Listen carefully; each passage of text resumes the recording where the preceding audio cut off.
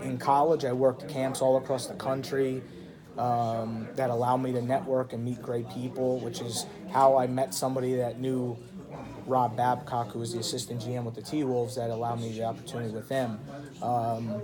So right place at the right time, and then really surrounding myself around some good people. So I've been fortunate enough to work with them. A lot of the coaches have kind of said that Fred's system works. You just got to get the players. Do you feel pressure when you hear that? Like, what's kind of? You know what? I mean, the pressure has always been there for me, because when you're not a former player, your last name doesn't point towards like basketball royalty. I have this paranoia about me that I can't be outworked because they'll just find somebody else. So the pressure is going to be there. It doesn't matter. I mean, me and my wife, we go on vacation, and I can't go to sleep at night because I'm thinking about some kid that I'm recruiting, or I'm on the phone for a couple hours a day, and regardless of where we're at in the world. So that's never going to leave me. I don't know how long I'll last because of that, but certainly, yeah, I mean, that paranoia is always going to be with me to do a really good job. The pressure is not going to matter because I've done it. Mm-hmm. So that's the good thing. And the experience is there, building stuff from the bottom up and being successful at it. So I'm just excited because this place really, really allows you to me, have an easy job. Do you feel like, I mean, you've been on the road for the last couple of weeks. Has recruiting in Nebraska been as easy as you've kind of, I mean, maybe not easy, but, have you found other things to sell other than the facilities, and, like, has it gone? You know what you're selling, ultimately the facilities are amazing, but you're selling the people. That's why transfers, because kids out of high school pick the wrong place because they get caught up in the things that really don't matter.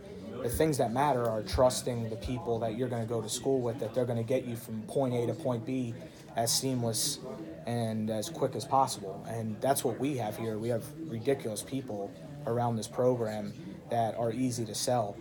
When they get to campus, of course, you could just walk them around here and not say a word, and it sells itself. But certainly the difficulty is going to be the barrier of getting over Nebraska. Once you get them here, you get them from the airport to campus, I think you have a great shot at getting them. I think our percentages will be really high at commitments from kids that officially visit. Transfers in general, when you kind of mentioned they pick the wrong school, or maybe they don't trust the process as much. How do you get them to trust that you're not just another, you know what I mean? You know what you do? You point to all the experience and success that you have with them. It'd be hard-pressed to find somebody that's had more success and experience with transfers. So that's what you point to. I have this graphic that has a picture of every transfer I've gotten. All I do is send it to the kid and let that speak for itself. How did that start? I mean, did Fred say, we got to do this with you? I mean, how did that really get going? You know what? I feel like that question has been answered, and there's been 20 different narratives on how it's really started. I don't know. Well, shape your narrative. I mean, how did it start? Yeah, I couldn't answer. I don't know if I can answer that either. Yeah. All I know is when Fred took the job, I told him immediately, we have to get Royce White. I don't care what his problems were in the past. Just trust me that I'm going to be able to get this kid to the court, and he's going to be unbelievably successful.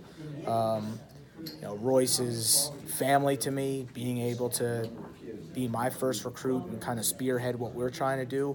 And he was the most important piece of what we did there, because that second season we put ourselves and Iowa State on the map.